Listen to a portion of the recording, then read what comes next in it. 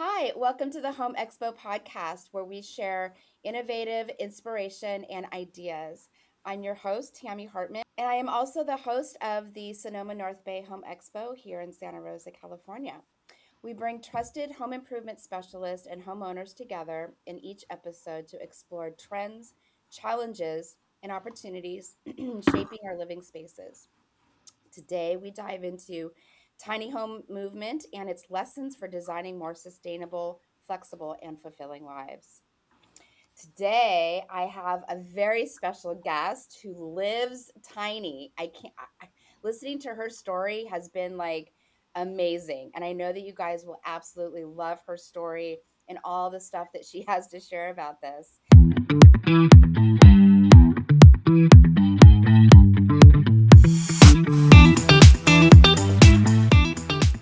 And our guest today is Renee Seevers, the founder and CEO of Tiny Fest. Tiny Fest is an amazing, wonderful experience where you get to learn how to live tiny. I mean, everything that you can fit in your closet, minus the garage stuff, the attic stuff, you really get to learn how much stuff is actually your favorite and what you actually need. Tiny Fest is coming. Are you ready? April 18th and 19th at the Orange County Fair and Events Center in Costa Mesa, California.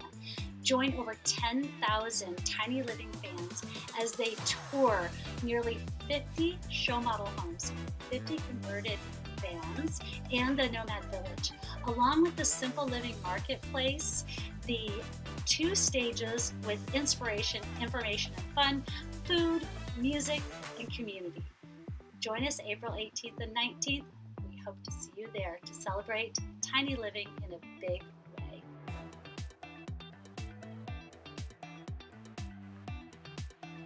So, Renee downsized in 2015 from a 3,300 square foot space into an 87 square foot tiny home on wheels. Having lived in various tiny dwellings, including a converted bus, she organizes Tiny Fest events across the US. Her mission is to show that tiny living offers sustainability, autonomy, financial freedom, and community. She shares her past experiences in event planning, entrepreneurship, and remote work.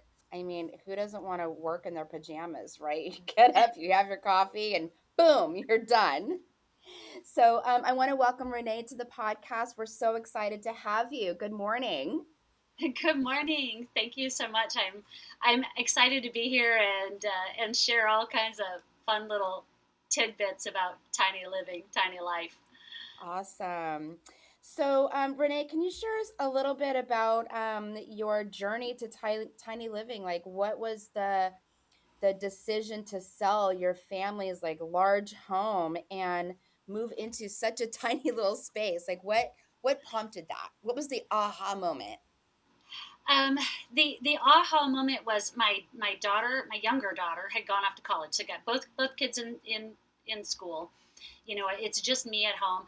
I had a boyfriend, and he just kind of up and left one day, and I was crying at work the moment I figured out he was just poof gone.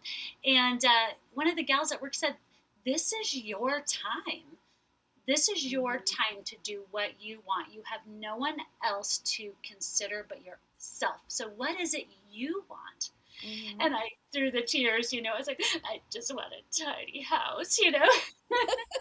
And so I did. I made it happen. That was like, I don't know, September, something like that, Mhm. of 2016. Mhm.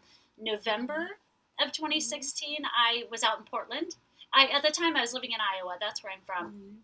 Okay. I went out to Portland and I did what I call the tiny house trifecta. I went Ooh. to the Build Small, Live Large conference. I went to D. Williams' Building a Tiny House workshop, and I stayed at the Tiny House Hotel, Gypsy Caravan, the world's first tiny house hotel. Oh. So I think that was the first time that I actually saw a tiny house in person. And that had a big impact on my decision of how to move forward. But I tell you what, a month later, I had put a down payment on a tiny house, and 2 months later, it was delivered. And yeah, I was on it, man. What do you want? Once you identify what you want, then it's like time to go after it.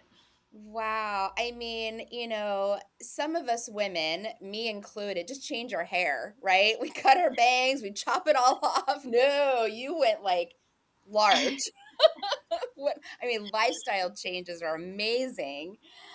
So like what were the lessons that you learned from downsizing? Like how did you like let go of your possessions and prioritizing like sustainability and discovering what truly matters? I mean, obviously the hoodies probably went out with the boyfriend, but what other things how hard was it for you to let go of like these all of these possessions?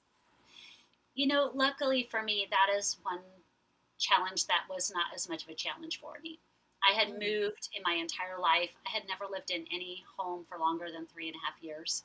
I had moved to an island in Alaska twice. Oh my There, gosh. back, there, back, and across the country a few times. And so really I had already learned how to downsize. When you move to an island, you really have to put a value on things because it costs money to do it, like to ship Mhm. things there. So it's like, do I really need this? How important is this to me? Mhm. So I was lucky in that respect. And, so I didn't have anything really that I'm like, oh, I've had this for 20 years. I can't let go of it. Psh, Mhm. I didn't. So Yeah. I Okay, got so there's lucky not like a there. lot of um like sentimental value items that you let go of. Right, right. And nice thing with the girls being grown, I could be like, oh, do you want this now? Here you go. So I passed it on, some of it. I did put a box or two down in my brother's basement. I haven't Mhm. touched them since, so I could probably just go ahead and let go of those. There's one tip. I've got two tips for downsizing, even though I didn't have the struggle. I actually have more struggles now, trying to pare down because you do accumulate things over time. Right. And so one is put it in a box, put it in the garage, put it in a cupboard, put it in a closet in a corner. If you don't go back for it, um, you don't need it. And I know a lot of Mhm. people will do this if they're thinking about downsizing later, right? You can put it in Mhm. another space in your home. If you're trying to Mhm. downsize now, people will get a storage unit and put in there. And Mhm. 1,200, $3,000 later, they're saying, I've gone back to my storage unit once. So Uh-huh. you realize like, okay, and if you go back all the time, then you realize you need more space. So Mhm. there you go. The other little trick is to, rather than work on what are you getting rid of, take everything out of a space and decide what you want to keep the most. So Huh. you're keeping your favorites rather than getting rid of so much, which has a negative. It feels bad. Oh, I'm getting rid of. I'm sacrificing and suffering. No, you're keeping your favorites and dealing with the rest. And if Huh. you can replace it, this is another one I heard. If you can replace it within 20 minutes for less than $20, don't worry about it. Like I've got all these office supplies that I never use. I never use the post-its. I never use the whatever. I could just get rid of them. I'm trying to pare down my office area right now. I could get rid of Wow. them because if I desperately needed some post-it notes, I could just run to the store and they're like a couple bucks. So Mhm. Yeah, that's so true. I mean, I have been decluttering my apartment since 2020, and I still cannot believe all of the bags and boxes of stuff that I'm trying to get rid of. It's like, where does this stuff come from? But I guess in a tiny home, it's a lot easier to be organized. yeah, because there's no place to put it. You know what I mean? So Yeah. when I did move tiny, I learned a lot about myself and my habits. I never Mhm. considered myself much of a shopper, but what I Mm. found was after I went tiny, I found that I would stop by. I lived in a small town, so no judging. Walmart was about the only place to go, you know. So I'd stop by Walmart, kind of wander around, and I used to say, "Oh, it's only it's only $2, only $5. I love that clearance aisle, you know." Mm-hmm. But then when you have this small space, you're saying, "But where would I put it?" So there's another Mm-hmm. qualifier. Can you afford it? Yeah, okay, but where will you put it? And so Mm-hmm. I found myself time after time walking out of the store completely empty handed. And then I just like one day asked myself, like, why do I keep walking in here? Like, why did I go in the first place? It was kind of like a little habit or fill the time, almost like a Mm-hmm. pastime. And a lot of Americans have shopping as a pastime. I get it, retail therapy, but there's lots of other better therapies out there, I think. So find a Yeah. new one. So I just stopped going to the store. And Mm-hmm. I was surprised then at all the extra time I had. Because even though Mm-hmm. you think it's a quick trip into the store, you're It's not. now you're veering off your route, you're parking, you're going in, you're looking around, you're coming back, get back. It's so I had more time, more Mm-hmm. money, less. I Mm-hmm. was noticing less waste, less garbage. I started Oh. noticing how much garbage I was producing. So then I said I'm going to make a very clear effort to do more recycling. So I put the Mm. garbage like far away, as far as you can get in an 87 square foot space, and the recycling out very prominent. Made it easy, make it easy to recycle, harder to throw in the garbage. We love Right. doing what's easy. So if you want to make a change, make it the easiest choice. And then I was like, why do I have all this recycling? Like, why do I have all this? So I was able to notice a lot about myself just naturally without extra Mm-hmm. effort, without, feeling like I was on this self improvement quest that was draining me. It just kind of naturally happened. So Mm-hmm. I say my tiny house has taught me a lot, about life, Yeah. myself, without feeling like it's a drag. So Mm-hmm. with that. Wow. I know for me, I would much rather go get a massage than buy a new outfit. Yeah, Definitely. yeah, Definitely. So, what has it been like to have life on the road, like balancing work and travel while you're living in your tiny home? And I mean, a school bus is a lot bigger than like a tiny little space, and like staying connected and productive. I mean, I know that for me, I live in an apartment, but I have an office because the mindset is this is my productive space. There yes, are times where I wake up and I'm just in my bed all day with my laptop and I'm working and I'm being productive, but my head is more clear when I'm in an office setting. So, how do you kind of balance that travel and work and staying connected? How does that all work? yeah. So my little teeny tiny tiny house, I was able to just pull behind my pickup. And you mentioned bus. I now live in a converted school bus. It's a short bus, a little 5 window as we call it. And so it also is like, if you don't count the driver's seat, it's like a less than 100 square feet. So teeny Hmm. tiny. Um, I do find it a little easier in the school bus to have that designated space, even though it's really not a designated space. It's a Mm-hmm. kitchen counter. It's used for a lot of things.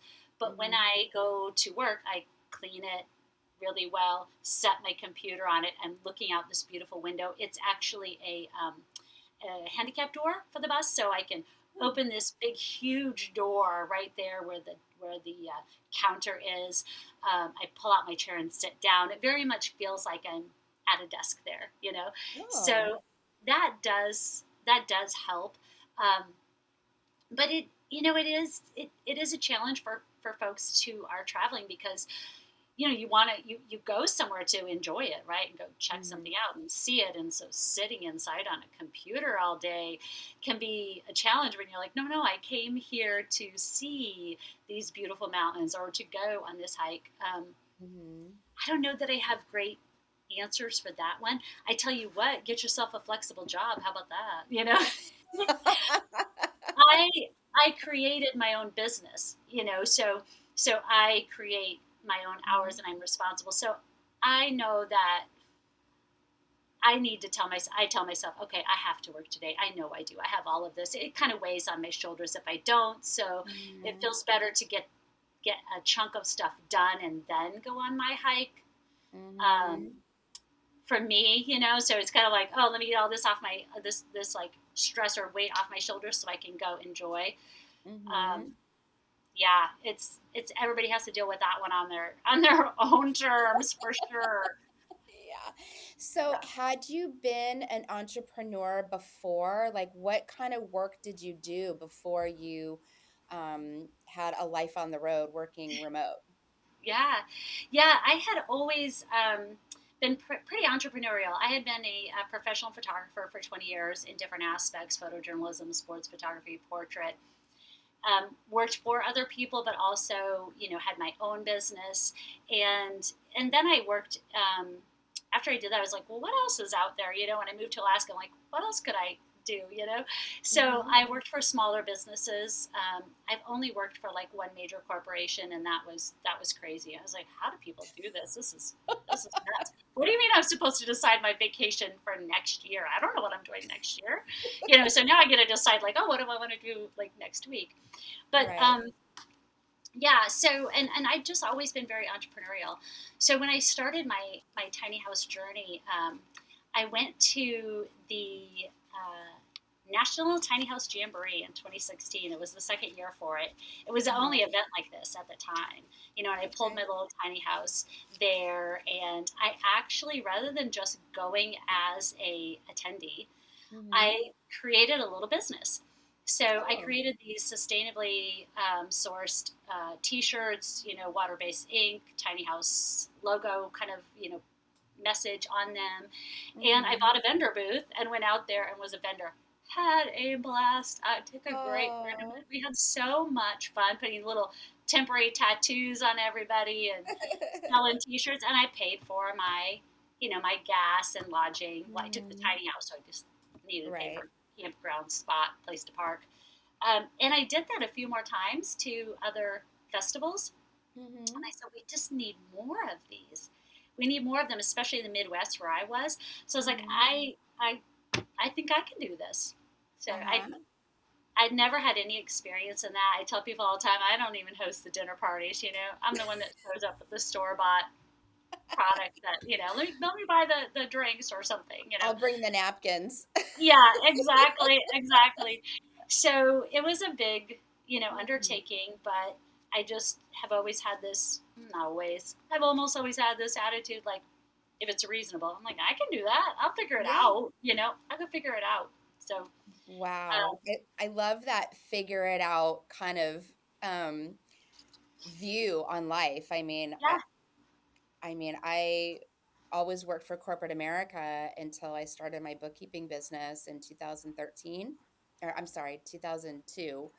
And it's that hustle that keeps us going. yeah, It's fun and it's never the same, and you don't have to go to work from 8 to 5 or 9 to 6 or whatever. And it's I love working for myself because I can be disciplined or I can be like, I'm taking off today, but as long as everything gets done, um, it's kind of nice to be your yeah. own boss. Yeah, I Yeah, and get you live it. with your choices, and if Hmm. it doesn't work out, it's not the end of the world. That's the thing that people get, like, what if I Hmm. fail? Okay, well then, if you failed, it probably wasn't your favorite thing. That's not always, Hmm. but when we really want something, Hmm. usually we can find a way to make it work. Yes, absolutely. Usually. So, how do you like build community within the tiny house movement? And like obviously we know why the connection is so important, but what's like the physical structure? How does that work? It's just you and your husband, Yeah. and are you like in a little tiny house community? How do you like stay connected physically? Yeah. It's really the events. And that first event taught me, I felt like in Iowa, I felt like the only one in the state that knew what not knew what a tiny house was. They were starting to become popular. But I felt like I was the only one that lived in them. I felt like a fish out of water in that respect. Mm-hmm. And I heard over and over and over from the people that came that they felt the same way. They're like, I'm so excited to find other people that, don't think it's crazy to live in a small space and that want to do this. And Oh. I heard that phrase. I felt like a fish out of water. I felt like the only one. So being able to connect with people in person is great. And then keeping up with them, because everybody's going different directions as Mm-hmm. nomads, that can be a challenge. Thank goodness we have, the internet to help us with that. Mm-hmm. Um, I did get married along the route you mentioned. Mm-hmm. 3 years ago. And so my husband now lives with me in that little school bus. And we ended up buying property in Oregon. We have it placed here. And so I just try to keep up online. I invite people to come all the time. We have Uh-huh. space for our schoolie and van friends. We visit our tiny house friends whenever we can, depending on where they Mm-hmm. are in the country. And then luckily for me, they kind of come together at Tiny Fest and I get to see everybody for the weekend and try to make some other plans with them for different Mm-hmm. times of the year. Like, oh, where are you going to be in October? Where are you going to? And that's a Oh, lot that's fun. with people moving around. But a lot of folks in a tiny house don't move around. Mm. I'm in a tiny house right now. It's not. I don't live in it. It's an Airbnb. Mm-hmm. But I would never drive the sucker around. It's 13 and a half feet tall. Oh my And goodness. that's what I learned when I saw them for the first time. I was like, wow, this is much bigger than I thought. And people say that Mm-hmm. all the time at Tiny Fest. They're like, oh, this is much roomier, much bigger than we thought. I don't feel cramped Mm-hmm. in here at all. Yeah. Well, also, when I was planning on moving mine around at the time and traveling with it, and I was like, I'm not traveling with that. So I ended up with teeny tiny. I call it my starter house. Um, so yeah, people with a house like this one, they're not driving around, but I have a Right. car now. I can go see my friends just like anybody else can see their Nice. friends. So Nice. yeah, And like how can you apply tiny living principles to a conventional home? Like minimalism, multifunctional, maybe energy efficient, like intentional living. I think you kind of touched on that a little bit when we were talking about downsizing or possessions. yeah. Is it kind of like the same as a conventional house, just on a larger scale, would you think? Well, in several respects, yes. I do think the more space you have, the more space you fill. I know that when I bought Mm, that 3,300 square foot home, I had just moved from Alaska. I didn't have furniture, and man, it did not take long to fill that whole space with a whole bunch of stuff, and a lot of it I never used. The little mm-hmm. gadgets in the kitchen, the whatever. Um, Yeah, very true. so yeah, the more space you have, so that gets a little harder with a Mm-hmm. larger space. Really, it is more challenging to stay minimalistic, to keep clutter and stuff out, which helps just really free your mind. Isn't looking at a million things, doesn't get distracted that way. It it doesn't seem like it would matter, but when you do clear things out, you notice the difference. So it's kind of this, Mm-hmm. to me, it's like this little magical weird. I'm not sure how it works, but it does thing. Magical but, mirror. but one of the biggest freedoms of living tiny is the financial freedom.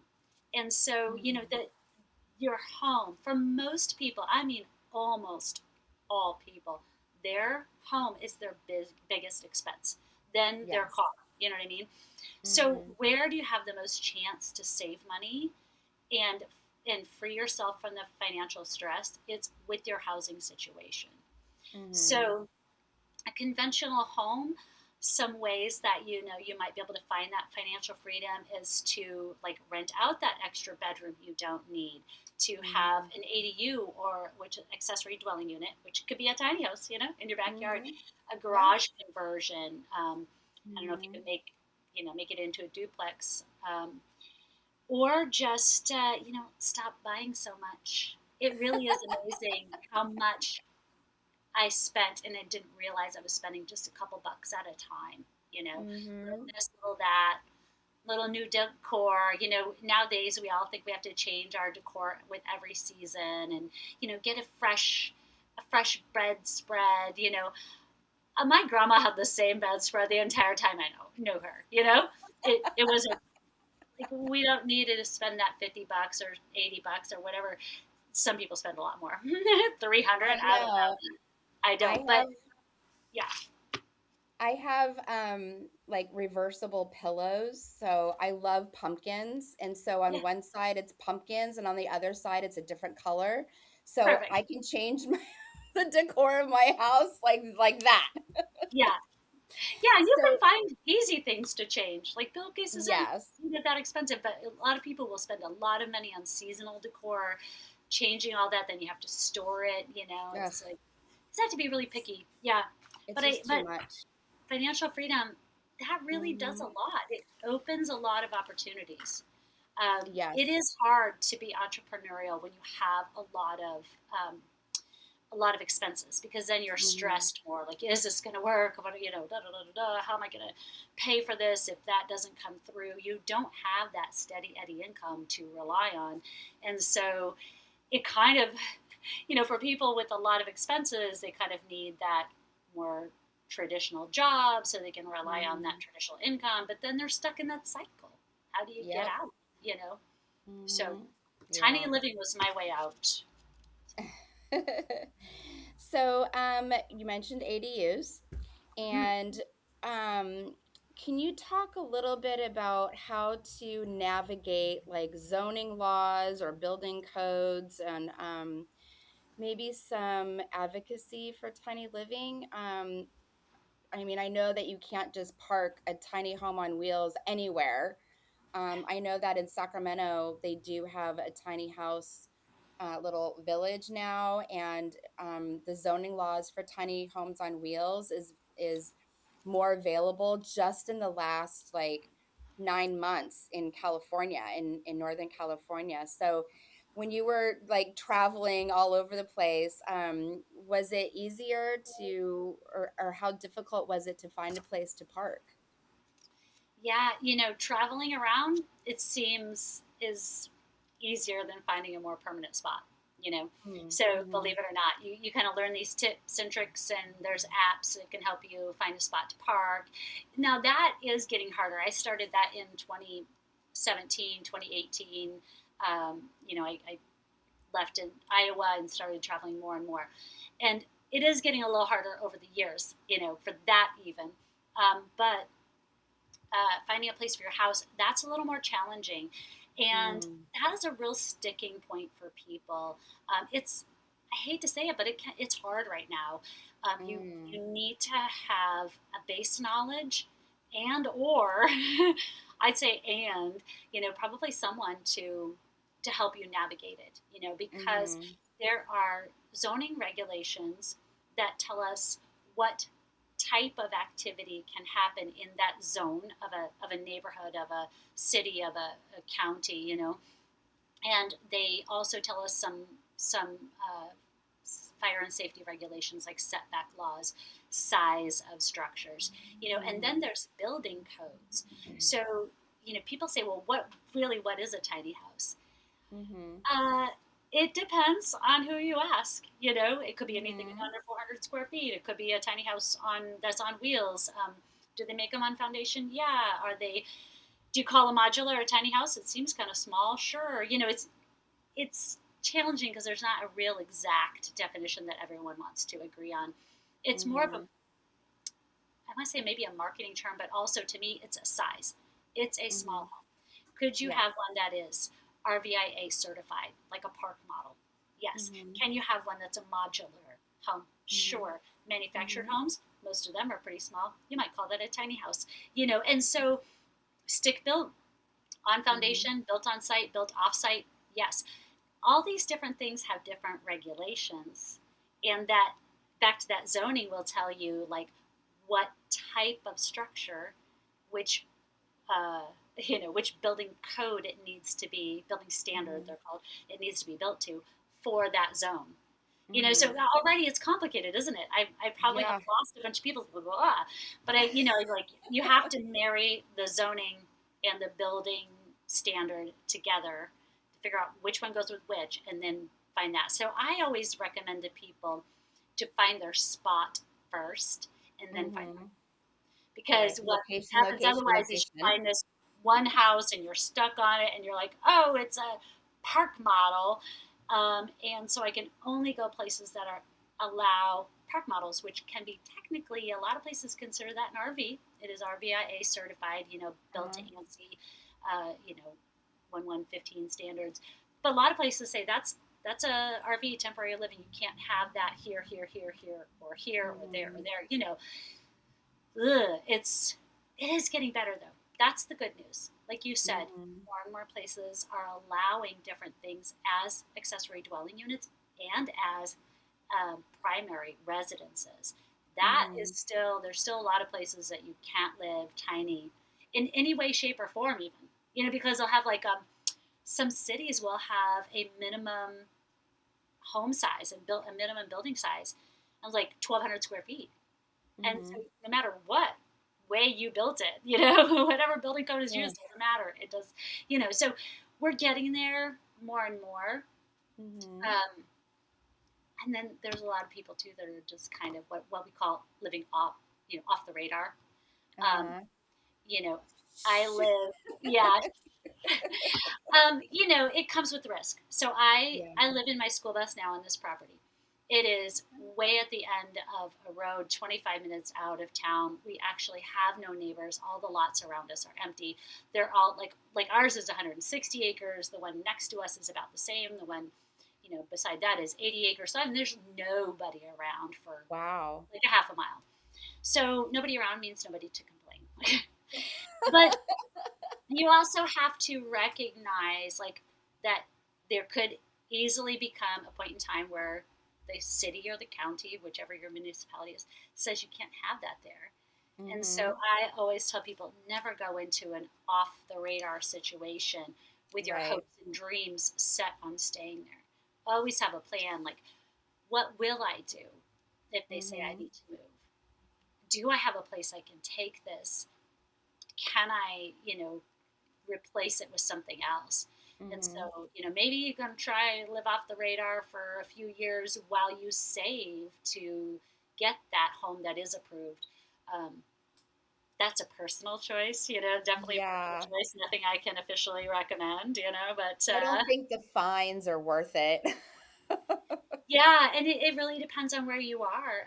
Mm. The county that I live in Oregon is very well known for working with people, and trying to find a way that works for them.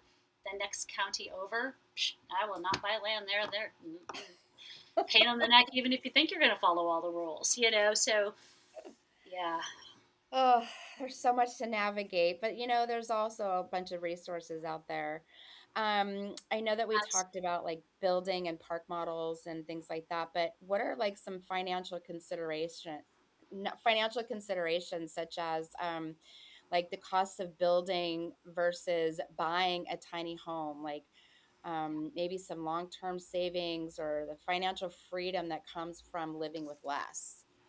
yes, Like I yes, know that I mean, you can probably buy a tiny home for what $20,000 or it could be like $200,000. It's like what is really the difference here? yeah. Yeah, well, I tell people that I got what I paid for and I didn't pay very much. So Hmm. a lot of times it is a matter of you get what you pay for. Hmm. Is the $20,000 home, is it going to be built to code? Is it going to be built with quality, um, you know, quality parts and pieces? And you think that Hmm. it's not going to make a very big difference, but when things are not designed to last, they're not going to last. So it may Hmm. be within just a few short years you're noticing how the wear and tear has accumulated and how it's kind of looking worn out and you sunk all this money into it. Had you spent another, $1,000 on a particular, you know, countertops and cabinets or something like that, right? Hmm. Would you then have something that would look good and last for 10, 20 years instead of showing wear and tear and having issues at 2 or 3? You know, Hmm. um, you don't have to Hmm. spend 3, 4, 5 times as much to get a lot longer longevity product. But That's there's, very there's true. something for everyone. That little tiny house got me started, and I lived in it for 4 years, longer than I had lived in any other, home. And now I'm in my bus for this summer will be 6 years. Wow. So yeah, it's really a long term thing. Who'd have thought? Yeah, it is. Um, but Wow. sometimes just taking that leap to get the financial freedom that you need can get you there, as well as Mhm. the resources that are coming along to allow for more tiny houses, for changing those regulations, for bringing out more education. The folks that are specialists in helping you, ADU specialists, tiny home specialists that can help you navigate all that, right? Mhm. There's also more resources for lending. So we're seeing more and more all the time. I was just talking with someone, last week that said, "Oh, we have a new product that would apply really well to Mhm. tiny homes and to ADUs." And there's another match. You got to match up the loan, right? Because some places don't want a loan to something that's considered an RV that could just be pulled Right. away, and Mhm. um, Yeah. if they want a loan for real estate that's a fixed, so then you have to consider that as well, in the mix, and how much of a down payment do you have, what different sources, but they are coming available too. So Oh, okay. as time goes on, slowly but surely, unfortunately slowly but surely, more and more options are being added for people of, no matter what their goals. Living on grid, Right. we have more options. In town, out of town, more options. In a backyard as an accessory dwelling unit, Mhm. lots more options. That area Yes. is moving the fastest. So Yes. and Yeah. people are moving into the tiny home in the backyard, renting out the big house, or the next generation lives in the big house, right? Like Mhm. I could, if I had that situation, my kids could have the bigger one because I don't need it, Right. or just renting it out to cover the whole mortgage and the payment on the tiny house, and you're living rent free. And that's what I've been able to do for 10 years. 10 years, no rent, no mortgage, no car payment, no utilities. I said that the other day, and then I realized, okay, I spend less than $50 a year on propane. I spend about $150 a year on heating. I spend zero on electricity because I Wait, do a year? a year. A year? Oh my gosh. When I was traveling, garbage and water were also free. Like I said, I'm very self aware of what I'm creating as garbage. So Right. you stop at the gas station to get gas, and you just throw out the little like Right. here goes this example again, Walmart bag, that Yeah. size of bag, grocery bag into the garbage there. People do it all the time. It's not a big deal. Mhm. And there were places to fill up with water. And so, yeah, it's now I hardly spend any on either of those also. So, Wow. That's what can you do with your amazing. life if you do not have any of those payments? At Ugh. one point in my life, I had my cell phone and my insurance were my only expenses. There's not as much Wow. pressure on you to I don't want to say succeed, but to bring in Mhm. finances. So that also allowed me to be entrepreneurial and take risks. Plus I Yeah. knew I had a great fallback. I have a wonderful Mhm. family. If everything goes spiraling downhill, I'm not going to be homeless on the street. I have my Mhm. family, so that helps too. That really does make Wow. a difference. The level of safeguard you need goes Mhm. down with each of those. And that That's gives you more freedom to do what works for you, what you want, that's which is very usually what true. works for you.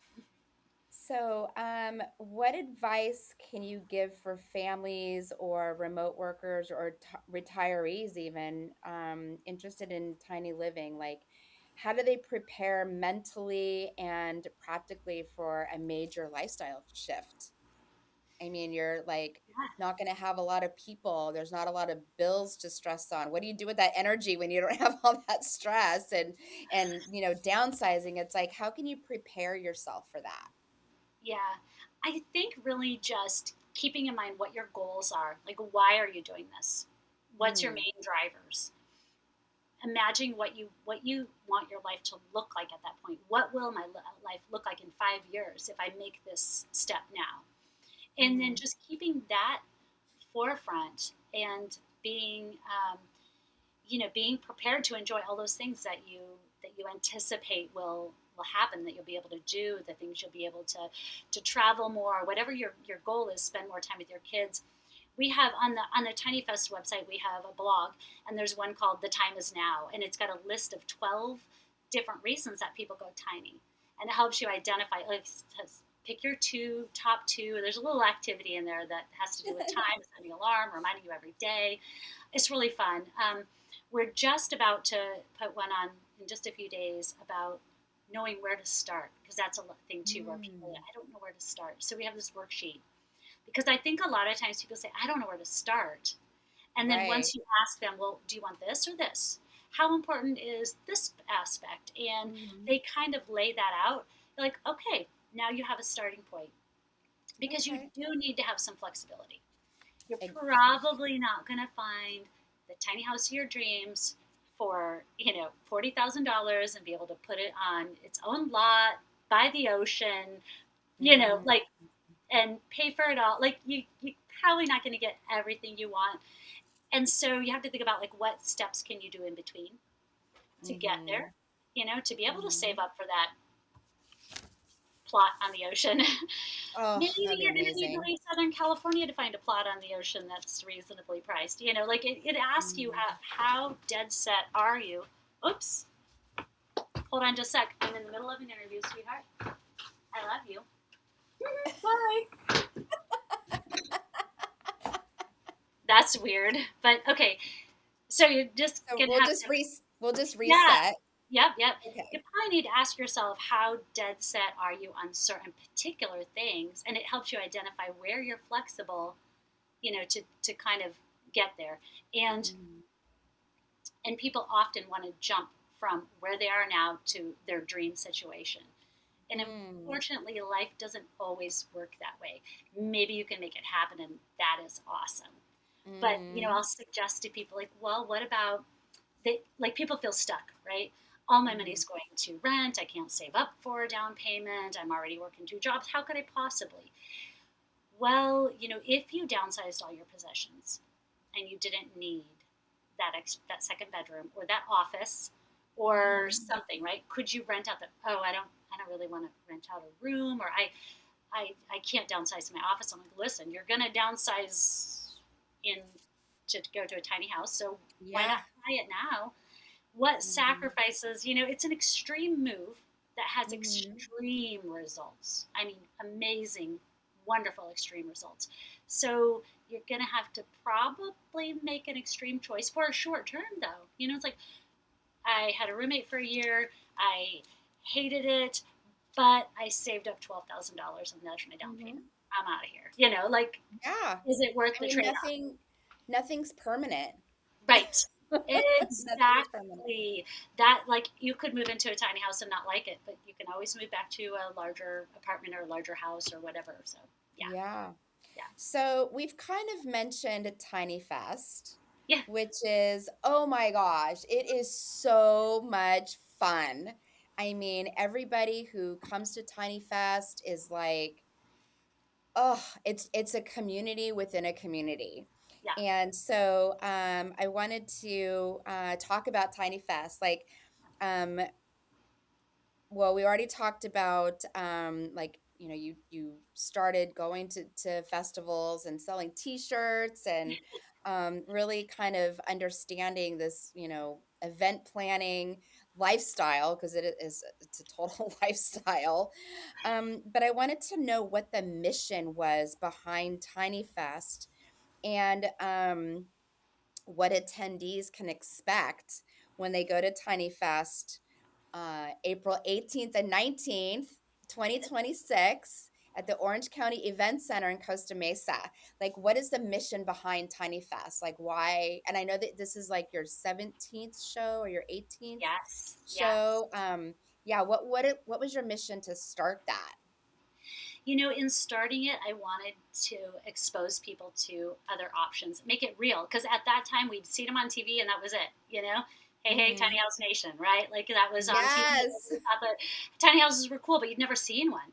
So one thing was to show people in real life, what is this space like? Because things are different online than they are in person.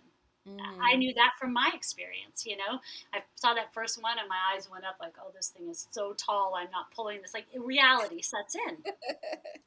Luckily, the reality for most people is that they walk in like, this is doable. I could do this. I could love this. And Mhm. so one is in real life, and also for people to not feel alone. I loved when I went to that event. I felt like the only one in Iowa that, wanted to live tiny. And people kept telling me, same here. I felt so good. Like, no one at Tiny Fest is going to look at you and say, why don't you just have an RV then? I hate that Mhm. question. I hate that question. All the people at Tiny Fest understand they don't want RVs either. They're looking for, a well built solution that feels like a home, that's quality, Mhm. fits their lifestyle, isn't plastic. You're not going to find an RV like this. So Right, right.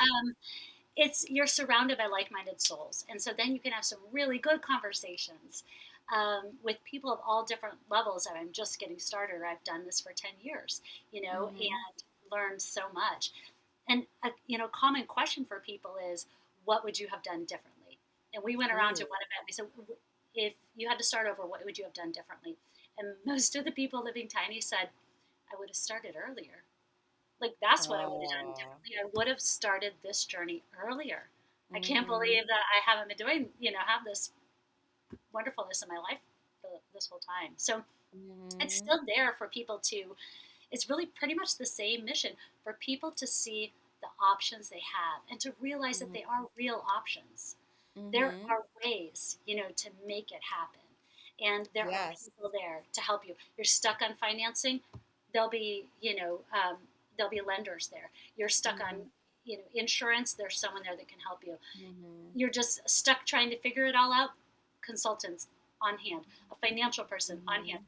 Mhm. And we've said from the beginning, our little tagline, two little taglines we use, Tiny Fest is celebrating tiny in a big way. So we Oh. are. And celebrating. We celebrate. We call it a festival. It's fun. Yeah, our other little tagline is inspiration, information, and fun. And that's what you need. Yes. Inspiration, information, and fun. So it's a very Mhm. welcoming, light-hearted atmosphere, but yet all the hard-hitting answers are there. We've got Mhm. speakers on Yeah. different stages. Yeah, Uh, I so mean, many different homes to tour, talk to the builders, talk to people. mhm. We have a nomad village where people like myself that are living, like I'll bring my bus down and I'll open it up and you can see where I've been living for the last 6 years. And my husband, where he lives, I'll be pretty busy. So if you go to Yeah. my bus, you'll probably see, you'll meet my husband, Uh-huh. and he can tell you all about it. So there's people there that Wow. are living and traveling tiny, day in day out. And Mhm. then the resources, the van life. We have just as Mhm. many vans, if not a few more, there from the professional van conversion specialists as we do houses, Mhm. and those are gorgeous. You can learn so much. When I was growing up in Los Angeles, our family had a converted van, and this was like, in the 80s. And it had a couch in the back, and it went down into a bed, and it had a little refrigerator and a little like a toilet that you could pull out and push back in.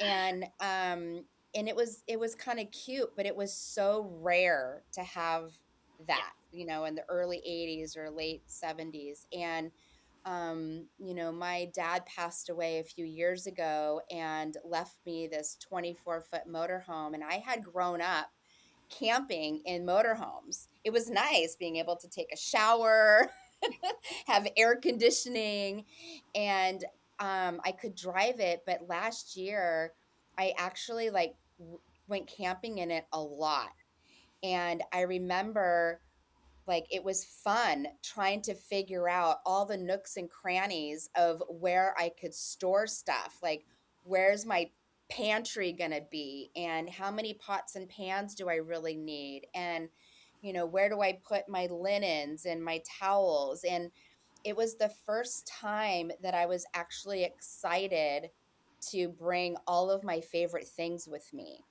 yes, And I think that, people who say, oh, yeah, we camp in an RV, they just look at it as like glamping. But if you can realize that it's a lifestyle that you could do it all the time. It's really fun. I mean, Yeah, even if you're going on a camping trip, you meet people.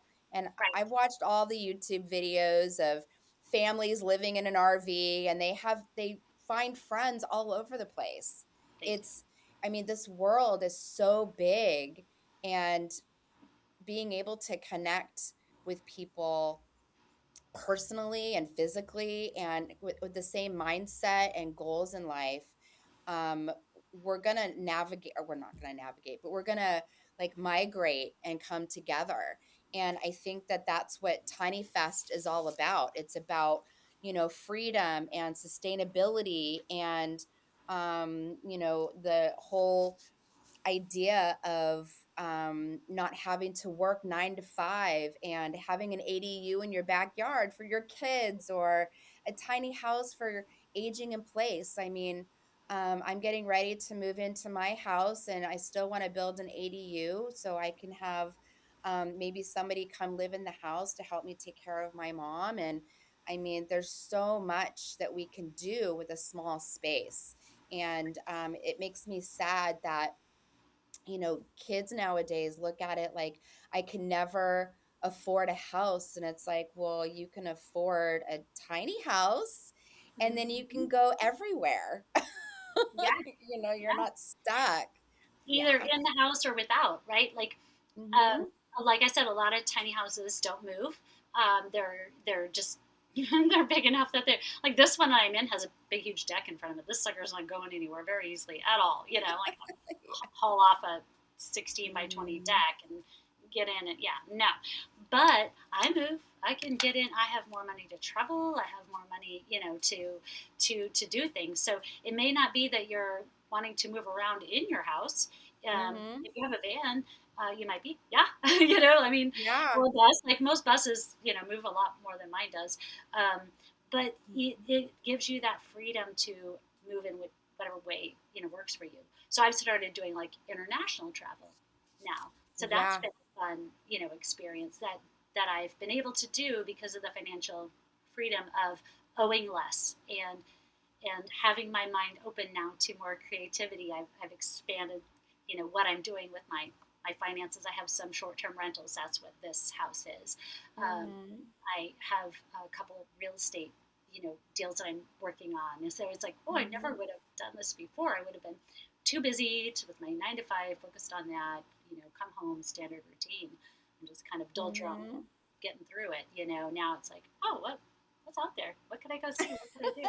So, yeah, absolutely. Yeah. Wow. Well, Renee, we have been on this journey together for a minute, and just watching your Tiny Fest events come to life, and, like collaborating with everybody and just bringing everybody together. It has been an amazing experience, watching you through your journey. And I want to thank you so much for joining us. This is amazing. Thank you. I really appreciate it. And I really love hosting the event, the team that I have that helps me pull it all together and, just seeing everyone.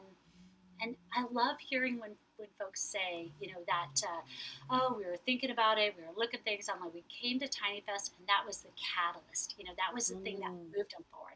It either got them past the roadblock they were on, got them the information, or they had this inspiration, like, okay, people are doing this in real life. We're going to do this in mhm. real life. It's not just sit Yeah. back and watch it on YouTube time. It Mhm. is, we can do this, and that too, I want to give people the empowerment to understand they can do this, you know. Mhm. Yep. All you need is a driver's license. Sometimes you Well, don't need that. I'm not driving this anywhere, like I know people that don't drive that live in tiny houses. Trust me, they bicycle everywhere, but that's that's awesome. their choice. So yeah, no, life can be what you want to make it. Mhm. It really can. And I can, and I know there's always situations. So I don't want to discount folks that have, something that does stop them from Mhm. living the life they want. Yeah. Whether that Yep. be illness or taking, if you're taking care of someone else right now, that is the choice that you make. It's Mhm. You could dump that person and go live the life you want, but you're not going to do that because you love them and Mm. you care for them. So be Yes. happy about that right now and know that Yes. your time can come, you know, Yes. just like my time Everything is was there. temporary. And when, yeah, and when that time comes, be ready to jump right on it, baby, because it's a good ride. It's a wild ride. It's a fun ride. Well, tiny living is more than a small space. It's about freedom, sustainability, and community. And Renee's journey shows how downsizing enables travel, entrepreneurship, and intentional living. Tiny Fest provides a place to learn and connect about reimagining our homes. Whether considering a tiny house, an ADU, or embracing minimalism, we hope this inspires you to design a life that serves you well. Join us next time on the Home Expo podcast for more information. And of course, Renee will have all the links down below to Tiny Fest, her website, and all the things. And thank you again for joining us, Renee. It has been a pleasure talking with you. And until next time, we'll see you later. Bye. Bye.